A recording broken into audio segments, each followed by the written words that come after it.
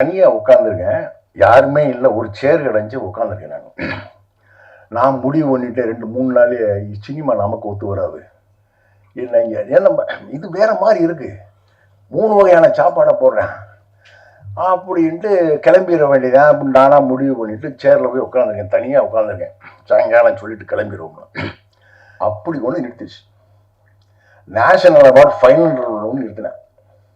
மலையாளி கூட்டில் இந்த கேலக்டர் national final ரவுண்டில் இருக்குன்னு டெல்லியிலிருந்து நிருப்பமான ஒரு லேடி ஃபோன் பண்ணு, 18ஆம் தேதி அனௌன்ஸ் பண்ண போகிறோம் அப்படின்னு 16ஆம் தேதி ஃபோன் வரும், வெளியே சொல்லிக்கிறாது. இன்னும் எனக்கு இல்லை, டைரக்டருக்கு ப்ரொடியூசருக்கு வந்துருக்குன்னு நினைக்கிறேன். சொல்கிறாங்க 18ஆம் தேதி வரப்போகுது, முதல் படம் எடுத்த உடனே நேஷனல் அவார்டு அடித்தா எப்படி இருக்கேன், பார்த்துக்கிட்டே இருக்கேன். டிவியில் ஸ்க்ரோலில் ஒரு மராட்டி நடிகனுக்கு ஓடும் அந்த அவார்டு, ஏதோ பார்ட்டிசிபேட் பண்ணியிருக்காங்க.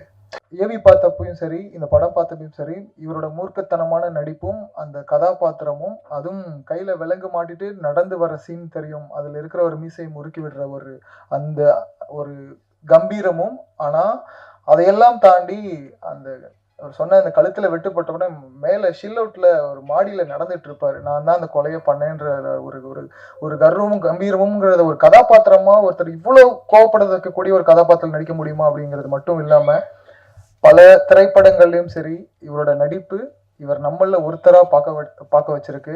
இவரோட எழுத்தும் அப்படிதான். திரு வேலராமமூர்த்தி ஐயா அவர்கள் விக்ரம் சுமன் அவர்கள் குறித்து சில நினைவுகளை பகிர்ந்து கொள்வதற்கான நேரம் இது.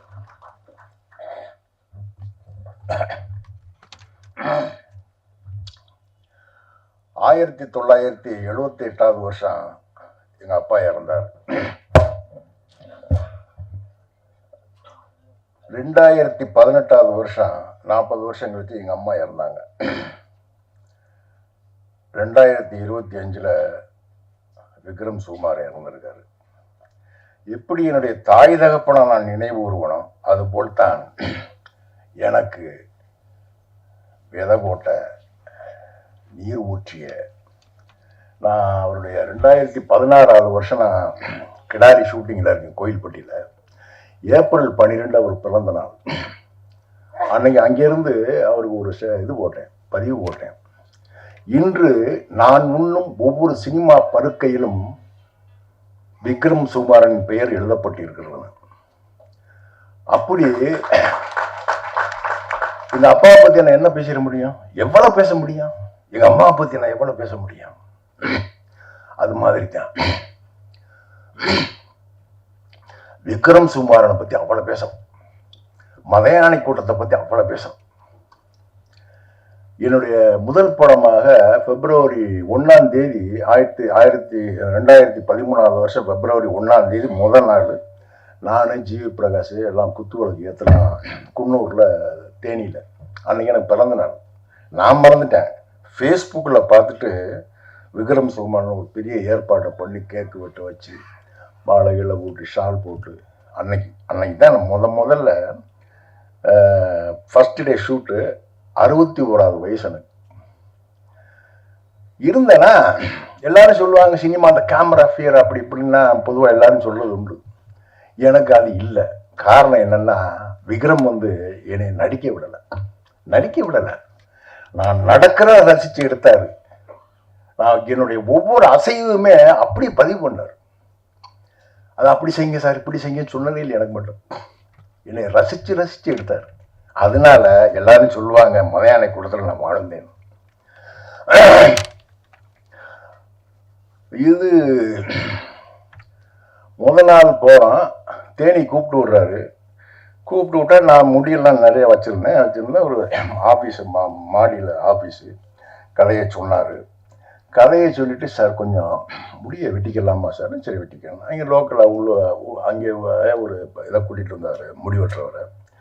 நான் இங்கேருந்து சென்னையிலேருந்து போன அலுப்பில் போய் சேரில் உட்காந்து தூங்கினா போட்டு வெட்டிக்கிட்டு இருக்காரு. கடைசியில் நான் தூங்கிக்கிட்டே இருக்கேன். அவர் என் காதில் விழுந்துரும்னு இன்னும்னு பின்னாடின்னு சொல்லிக்கிட்டு இருந்தாராம். ஒட்டை அடிச்சுட்டாங்க.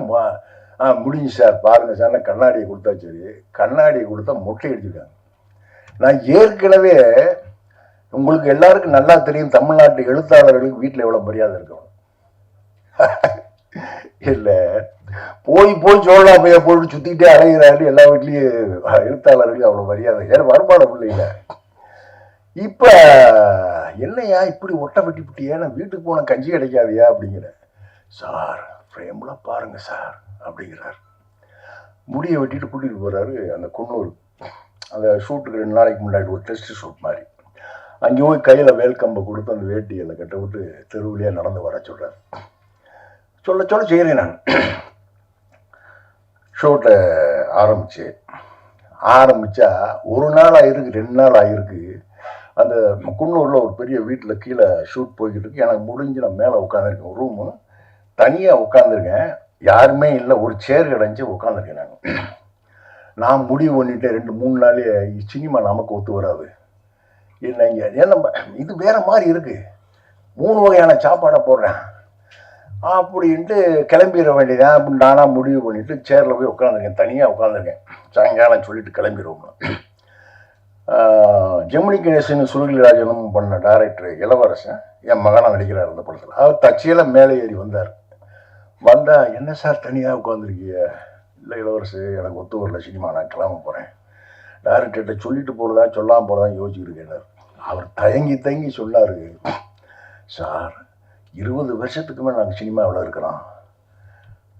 இத்தனை வருஷம் இருக்கு, இங்கே ஓடஞ்சாரம் தான் நின்றுருக்கோம். உங்களுக்கு இவ்வளோ பெரிய கேரக்டர் கிடச்சிருக்கு சார். மட்டும் படம் முடிஞ்சு வரட்டு சார். நீங்கள் உங்கள் பேர் எங்கே நிற்கும் பாருங்க சார். கொஞ்சம் தயவு செய்து கொஞ்சம் பொறுமையாக இருங்க சார் அப்படிங்கிறார்.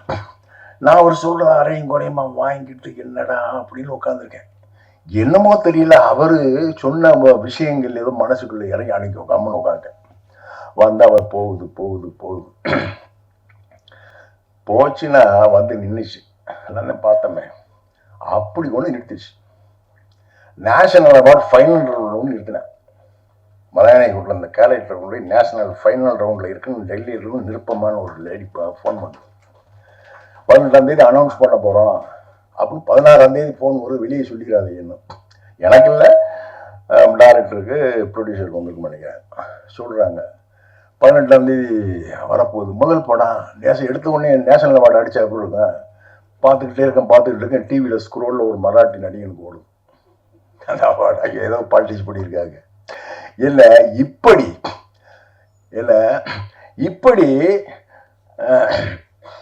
எவ்வளவு. இன்னொன்று படம் முடிஞ்சு உதய் அங்கே எல்லாம் மிக்சிங் எல்லாம் முடிஞ்சு விக்ரம் கூப்பிட்றாரு, சார் எல்லாம் முடிஞ்சு சார் வந்து படம் பார்க்குறீங்களா சார்? போகிறேன். அதேமாதிரி நான் தான் எனக்கு தான் போட்டாருன்னு அப்படிதான் சொன்னார் அவர். போய் உட்காந்துருக்கேன். அவர் உதய் இருந்தார். என்னை மட்டும் உட்கார வச்சு ஓட்டுறாரு படத்தை. ஓடிச்சு படம் பாருங்க, எனக்கு தாங்க முடியல. இன்னொன்று அந்த கதை எனக்குள்ள உள்ள கதை, என்னுடைய சொந்த கதை மாதிரியான கதை அது. எனக்கு விக்ரமுக்கும் ஒரே மாதிரியான அனுபவங்கள், அந்த சொந்த வாழ்க்கை அனுபவங்கள் வாச்சிருந்திருக்கு.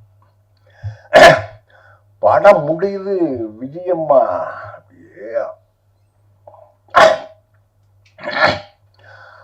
அழுததை பார்த்துட்டு எனக்கு தாங்க வந்து, என்ன சார் முடிஞ்சு நான் அழுதுகிட்டே இருக்கேன்.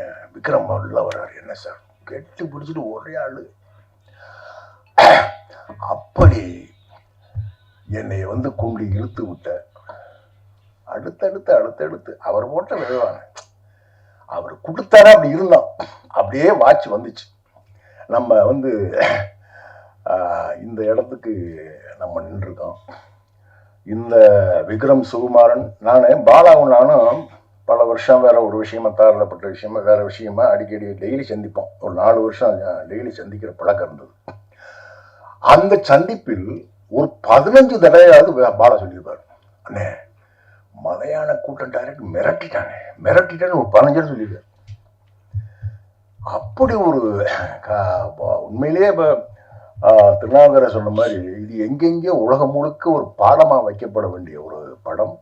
அந்த படம் எனக்கு முதல் படமாக, என்னுடைய சினிமா வாழ்க்கையின் அடித்தளமாக, முதல் விதையாக விழுந்த இந்த படம் இயக்குனர் விக்ரம் சுகுமாரன். எவ்வளவோ இருக்கு எங்களுக்குள்ள, எவ்வளவோ அவரை பற்றி பேசலாம், எல்லாரும் பேச வேண்டியதெல்லாம் இருக்கு. அவருடைய இன்னும் வாழ்ந்திருக்கணும். இல்லை, எங்கள் அம்மாவும் இத்தனை வருஷம் இருந்திருக்கணும், எங்கள் ஐயாவும் இத்தனை வருஷம் இருந்தே இருக்கணும், விக்ரம் சுகுமாரனும் இருந்தே இருக்கணும். போயிட்டாங்க. நம்ம வேதனையோட அந்த நினைவுகளை நான் என்னுடைய மலையாளை கூட்டம் அனுபவங்களையும் விக்ரம் சுகுமாரனுடைய என்னுடைய அனுபவங்களையும் அவருக்கு எனக்குமான உறவுகளையும் எழுதுகிற இந்த புத்தகம் அந்த 2-3 புத்தகம் நான் அப்படி இருக்கு விஷயங்கள். அவருடைய புகழை இந்த தமிழ் சினிமா காலமெல்லாம் கொண்டாடும். காரணம் வழியை கொண்டாடுற விஷயம் இல்லை, ஒரு அழியாத தடத்தை பதிச்சுட்டு போயிருக்காரு. அது என்னுடைய நண்பன் விக்ரம் சுகுமாரனுக்கு இந்த தமிழ் சினிமா செய்யக்கூடிய ஒரு பெரிய காரியமாக இருக்கும். வாய்ப்புக்கு நன்றி கூறி விடைபெறுகிறேன். நன்றி, வணக்கம்.